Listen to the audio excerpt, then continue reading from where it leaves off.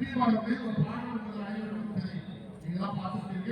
உங்களுக்கு அந்த மாதிரி வாழ்க்கை அமைக்க வாழ்க்கை பார்த்த முதல் நாளே உன்னை பார்த்த முதல் நாள் அந்த பாட்டில் ஒரு வார்த்தை வரும். இன்று வெஸ்டர்னைசேஷன் மேலை நாட்டினுடைய தாக்கம் அதிகரித்துக் கொண்டே இருக்கிறது. நீங்களும் நானும் ஒரு இளநீ வாங்குவதற்கு யோசிக்க, பர்கரை வாங்குவதற்கு யோசிக்க மாட்டோம். அல்லது ஒயிட்டோவை குடிப்பதற்கு நீங்கள் ஒரு வித்தியாசமான காட்சியை அறிமுகம் செய்கிறீர்கள். யாருக்கு வரவில்லை காட்சி பொருளாக வாங்கணும், எங்களிடம் கற்றுக்கொள்ளுங்கள் என்று நீங்கள் கிட்டத்தட்ட வருத்த கூலி தரும் என்பார். ஆக நிச்சயமாக உங்களுடைய காட்சி நிழல் காட்சி தாக்கத்தை ஏற்படுத்திக் கொண்டிருக்கிறது. அந்த தாக்கம் ஆக்கமாக வேண்டும் என வாழ்த்தி விடைகள். காந்தியின் வாக்கினை தூய சவேரியார் கல்லூரியின் முதல்வர் நிலைக்காட்சியை தொடங்கி வைக்குமாறு காவல்துறை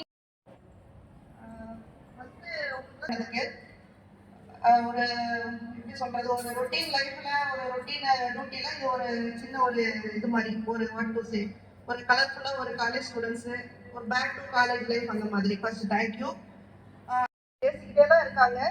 நிறைய இக்கலாஜிக்கல் சேஞ்சஸ் ஆயிருக்கு. இப்போ நீங்களே பார்ப்பீங்க, உங்களை சுற்றி இருக்கக்கூடியதே நீங்கள் பார்ப்பீங்க. தை மாசத்துல நாங்கெல்லாம் சின்ன பிள்ளையா இருக்கும்போது மழையே பெஞ்சதில்லை, ஒன்லி அந்த பனி. இது வந்து வின்டர் சீசன். ஆனால் இப்போ வந்து கால சூழ்நிலை எப்படி இருக்குன்னு பார்த்தீங்கன்னா, இப்போ புயல் எந்திரிக்குது, மழை பெய்யுது, அன்எக்ஸ்பெக்டடாக ஒரு ஃப்ளட்டு எல்லாரும் தெரியல. அது அன்பிரடிக்டபிளாக இருக்குது நம்மளை சுற்றி இருக்கக்கூடிய விஷயங்கள். ஸோ அது இல்லாமல் இன்னும் உங்களுக்கு தெரிஞ்சிருக்கும், தமிழ்நாட்டிலேயே 5 திணைகளும் இருக்கக்கூடிய மாவட்டம் வந்து ஒன்லி நெய்தலும் பாளையம் தான் இருக்குமோ அப்படிங்கிற ஒரு டவுட் வரக்கூடிய அளவுக்கு நம்மளோட கிளைமேட்டிக் சேஞ்சஸ் இருக்கு. இது வந்து வெளியில இருந்து யாருமே வந்து நம்மளுக்கு வந்து மாற்றி கொடுத்துட்டோம் அப்படி கொடுத்துட்டு போக மாட்டாங்க. எல்லாருமே பேசினா எல்லாமே வில்லேஜ் பேக்ரவுண்ட்ல தான் வந்திருப்பீங்க. நாங்களும் எல்லாம் வில்லேஜ் பேக்ரவுண்ட்ல இருந்து வந்தவங்க தான். ஸோ நம்ம இன்னும் ஒரு மாடர்ன் கல்ச்சரோ வெஸ்டர்ன் கல்ச்சரோ அப்படி ஃபாலோ பண்ணக்கூடிய ஆளுங்க கிடையாது. நம்மளுக்கு தெரியும், நம்ம சின்ன பிள்ளையா இருக்கும்போது நம்மளோட சுற்றி இருக்கக்கூடிய இடங்கள் எப்படி இருந்தது, இன்னைக்கு எப்படி இருக்கு அப்படின்னு சொல்லிட்டு. ஸோ மாற்றங்களை ஏற்படுத்துறதுக்கு அடுத்தவங்க வந்து நம்மளுக்கு யாரும் செய்ய மாட்டாங்க. நம்மளை சுற்றி இருக்கக்கூடிய இடங்கள்ல வந்து நம்மளே தான் இம்ப்ளிமெண்ட் பண்ணிக்கணும். நீங்க உங்க பேரண்ட்ஸு சென்னை பெரிய பெரிய சிட்டிஸ்ல எல்லாம். ஸோ என்னோட கோரிக்கை என்னன்னா, இப்போ பிரின்சிபல் மேம் சொன்ன மாதிரி இன்னைக்கு வந்து நம்ம ஒரு நிலைக்காட்சி வந்து வச்சிருக்கோம். இது வந்து ஜஸ்ட் ஒரு என்டர்டெயின்மெண்ட் ஃபேக்டரா இல்லாம நம்ம லைஃப்ல வந்து இது ஃபாலோ பண்ற மாதிரி இருக்கணும். இப்போ நீங்க உங்களுக்கு கண்டிப்பா இது வந்து திருப்பி எல்லாரும் ஒரு விஷயத்தை எப்பவுமே ஏன் வந்து ரிப்பீட்டடா சொல்லிட்டே இருப்பாங்க அப்படின்னா, அது கண்டிப்பா ஒரு பாயிண்ட் ஆஃப் டைம்ல நம்ம மைண்டுக்குள்ள ஏறும் அப்படிங்கிறதான்.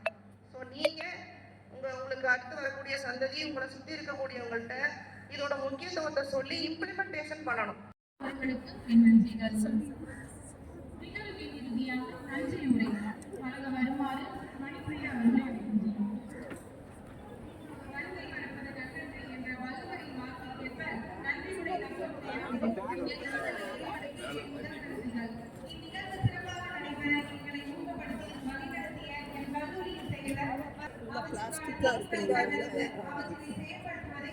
ஆண்டுதோறும் ஏறத்தாழ 5000 மாணவர்களை விழிப்புணர்வாலும் விழுமியங்களாலும் நடத்தி பொறுப்புள்ள குடிமக்களாக உருவாக்கி உன்னத சேவை செய்து வரும் தூய சவேரியார் கல்லூரியின் முதல்வர் மதிப்பிற்குரிய அருட்தந்தை முனைவர் காந்தி ரூபஸ் அவர்களுக்கு என் அனைவரின் சார்பாகவும் நன்றியை தெரிவித்துக் கொள்கிறேன்.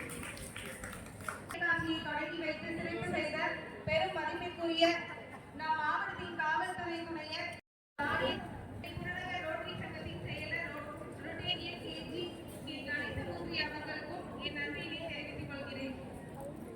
இசி புனிதா அவர்களுக்கும் ஐஏசி கோஆர்டினேட்டர் ஆராய்ச்சி இயக்குனர் முனைவர் இயக்குனர் அவர்களுக்கும் என் மனமார்ந்த நன்றியை மேற்கொள்வதே என்பதை அனைவரும் உணர்ந்து தெரிவதை எங்கள் அழைப்பை ஏற்று ஆர்வத்துடன் வருகை தந்துள்ள ரோட்டரி சங்க உறுப்பினர்கள், பல்வேறு கல்லூரி மற்றும் பள்ளி நிர்வாகிகள், முதல்வர்கள், ஆசிரியர்கள், பேராசிரியர்கள் நன்றியை தெரிவித்துக் கொள்கிறேன்.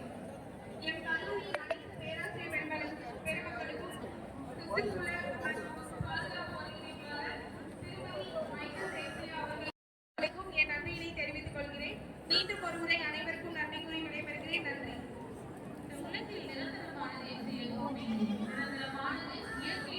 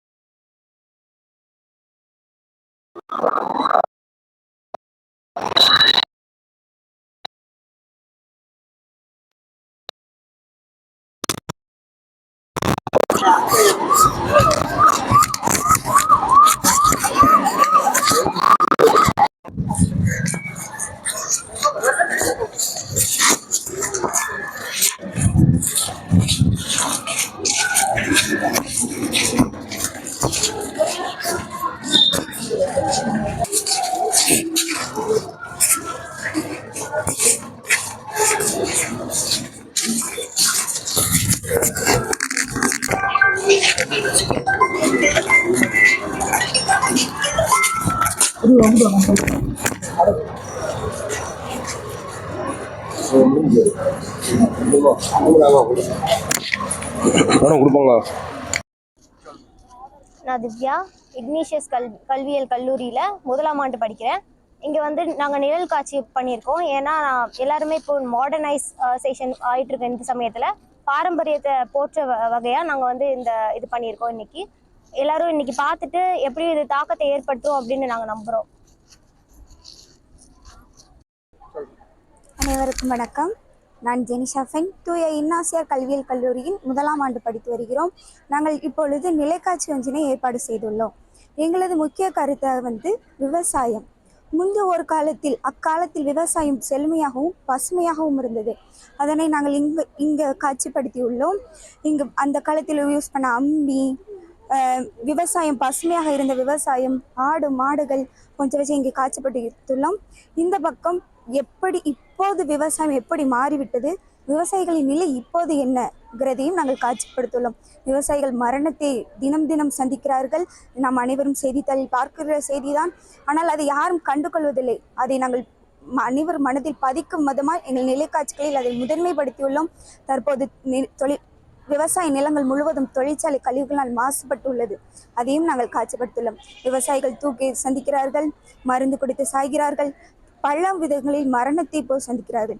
விவசாயிகளின் அவல நிலையை நாங்கள் முக்கியமாக காட்சிப்படுத்தியுள்ளோம். நன்றி. என்னோட பேர் நாதிரா. நான் சென்ட் இக்னேஷியஸ் காலேஜ் ஆஃப் எஜுகேஷனில் பிஎட் ஃபர்ஸ்ட் இயர் படிக்கிறேன். நாங்கள் எடுத்திருக்க தீம் வந்து வாட்டர் பொல்யூஷன். அதாவது இப்போ சாயம் கலக்கிற தண்ணி வந்து தண்ணியில் மிக்ஸ் ஆகுது, அப்புறம் அந்த சோப்பு தண்ணி மிக்ஸ் ஆகுது, குப்பைலாம் போடுறதுனால இந்த தண்ணிலாம் மாசுபடுது. தண்ணிக்குள்ளே இருக்கக்கூடிய மீன்களுக்கும் அது ஆபத்து, நம்மளுக்கும் அது ஆபத்து. அதனால இந்த மாதிரி குளத்துல எல்லாரும் குடிக்கிற தண்ணியில வந்து சோப்பு குளிக்கிற வேலையோ இல்லைன்னா வந்து துணி தைக்கிற வேலையோ இந்த மாதிரி எந்த வேலையுமே வந்து செய்யக்கூடாது. அது செஞ்சா இந்த மாதிரி தான் எல்லாருக்கும் வந்து பாதிப்பு இருக்கும்.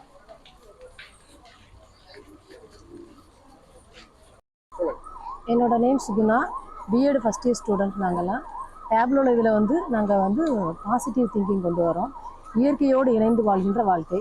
நெகட்டிவில் என்ன ஆகுதுன்னா, நம்ம மரங்களை அழிக்கிறதுனால அதில் ஏற்படக்கூடிய பின்விளைவுகள், அதாவது வயநாடில் ஏற்பட்ட நிலச்சரிவு, ஃபேக்ட்ரினால் வரக்கூடிய புகை மற்றும் இயற்கையில் பொல்யூஷன் வருகிறதுனால வரக்கூடிய பாதிப்புகள், மழை இல்லாததினால் நிலம் வறட்சியானதினால் விவசாயிகள் தற்கொலை, கிணறுகள் வறட்சி அடைகிறது, விவசாய நிலங்கள் பாழாகின்றது. ஸோ அதற்காக நாங்கள் இயற்கையோடு ஒன்றி வாழ்கின்ற வாழ்க்கை முறைக்கு வந்துவிட்டால் இது வந்து பாசிட்டிவ் திங்கிங் தான் நாங்கள் கொண்டு வந்திருக்கோம். இந்த நெகட்டிவ் அழிவுகளிலிருந்து காப்பதற்கு இயற்கை வாழ்க்கையை வாழ வேண்டும் என்ற கருத்தை நாங்கள் முன்மொழிகிறோம்.